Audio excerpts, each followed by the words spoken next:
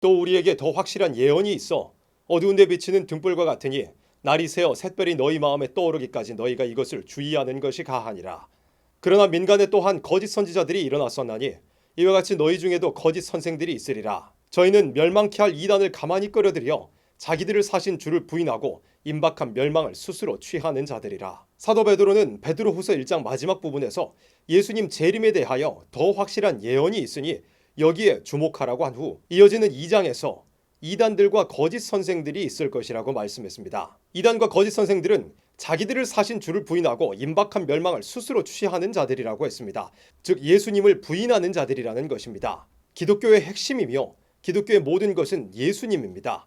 예수님을 부인한다면 기독교라고 할 수 없으며 예수님이 없이는 결코 구원에 이를 수 없습니다. 그런데도 불구하고 교회 안에 거짓 선생들이 이단을 끌어들여 예수님을 부인한다는 것입니다. 마지막 때가 가까울수록 요한계시록과 예언에 대한 여러 견해와 해석이 나오지만 그것들이 옳고 그른지 따져보는 단계에 들어가기 전에 근본적으로 짚고 넘어가야 하는 중요한 것이 있습니다. 예수님을 유일한 신앙의 대상자로 믿는 믿음입니다. 이 믿음이 결여된 채 종말론을 말하고 예언을 말하고 요한계시록을 말하는 자들은 이단이고 사이비입니다.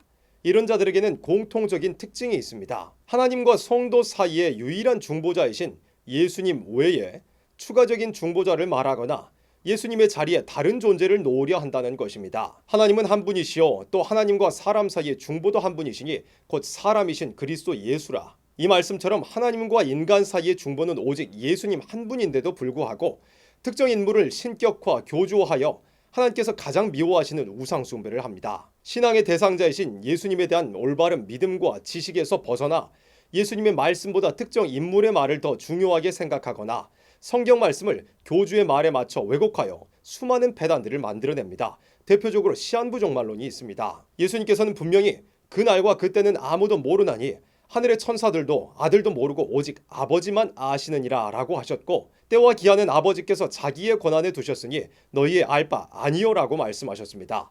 다만 사람으로서 해야 할 일을 알려주시기를 깨어있으라 어느 날에 너희 주가 임할는지 너희가 알지 못함이니라 라고 하셨고 오직 성령을 받아 맡기신 사명을 감당하라고 말씀하셨습니다. 때와 기한은 온전히 하나님께만 속한 것이니 사람은 맡겨주신 사명을 감당하면서 깨어있으라고 말씀하신 것입니다. 정상적인 신앙인은 재림의 때를 사람이 알 수 없다는 예수님의 말씀에 아멘하면서 깨어서 사명을 감당하기 위해서 노력합니다. 그런데 예수님 외에 인물을 추종하는 자들은 그렇지 않습니다. 이 예수님의 말씀 위에 특정 인물의 말을 올려놓고 마지막 날이 언제인지 알 수 있다고 주장합니다. 예측이 수년, 수십 년 불발되어도 회개할 줄 모르고 당연히 빗나갈 새로운 예측을 만들어냅니다. 마지막 시대 반드시 성경대로 종말과 환란과 심판이 올 것입니다. 이 환란과 심판을 피하기 위해서 반드시 선지자들의 예언과 요한계시록을 알아야 합니다. 그런데 이 모든 말씀의 핵심은 오직 예수님입니다.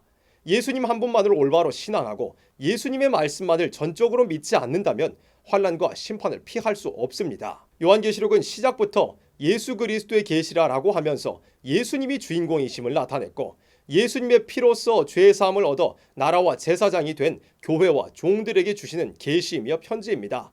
유일하게 중보자의 자격을 갖추신 예수님께서 홀로 이 심판과 구원의 내용이 담긴 작은 책의 인봉을 푸셨다고 말씀했고 예수님께서 심판자로서 흰 말을 타고 활을 드셨다고 했습니다.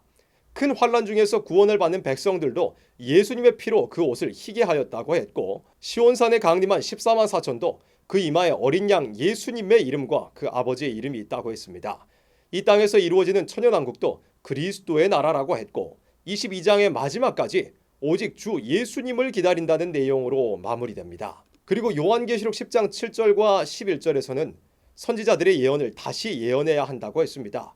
이 선지자들이 예언했던 내용의 핵심을 간단하게 정리하면 예수님을 통한 속죄 후에 심판으로 우상 숭배자들을 없애고 새 시대를 이룬다는 것입니다. 우상을 심판하고 새 시대를 이룬다는 것이 선지서의 예언이고 요한계시록이며 성경에서 말씀하는 종말인데 스스로 우상 숭배에 빠져 있으면서 종말론을 말하는 것은 모순입니다. 기독교인의 신앙은 오직 예수님뿐이어야 합니다.